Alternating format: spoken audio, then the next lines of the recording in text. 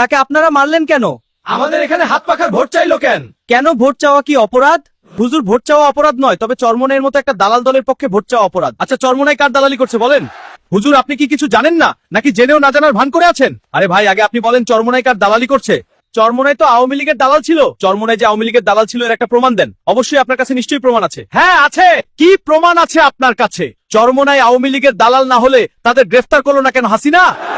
হাসিনা কেন গ্রেফতার করবে চরমনাইকে বলুন? চরমনাই হুজুরের দল কি কখনো কোনো অপরাধ করছে, বা চরমনাই হুজুরা কি কোনো অপরাধের সাথে জড়িত আছে? আচ্ছা, তাহলে অন্যান্য হুজুরদের যে গ্রেফতার করলো তারা কি অপরাধ করছিল? না, তারাও নির্দোষ ছিল। এটাই তো প্রমাণ করে চরমনাই আওয়ামী লীগের দালাল ছিল। আচ্ছা, আপনারা সবাই একটু বসুন, আমি বিস্তারিত বলছি। আচ্ছা, চরমনাই হুজুরের দলের নাম কি আপনারা জানেন? হ্যাঁ, ইসলামী আন্দোলন বাংলাদেশ।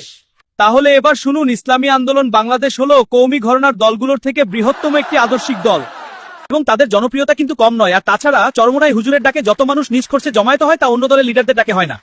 অন্যান্য আলেমদের গ্রেফতার করছে, তাদের পিছনে দলীয় কোনো শক্তি ছিল না, যেমনটা চরমনাইয়ের আছে। হয়তো এই কারণে চরমনাইকে গ্রেফতার করেনি। জামাত বিএনপির রাজনৈতিক শক্তি থাকলেও তাদের অনেক অপরাধ ছিল, সেই অপরাধের কারণে তাদের বছরের পর বছর গ্রেফতার করে রাখছে। কিন্তু ইসলামী আন্দোলন প্রতিষ্ঠা হওয়ার পর থেকে একটা অপরাধও করেনি, তাহলে কেন তাদের গ্রেফতার করবে বলুন?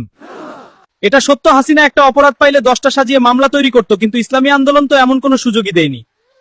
বন্ধুরা, ভোকাল টোন পেজে ফলো দাও যদি এমন ভিডিও চাও।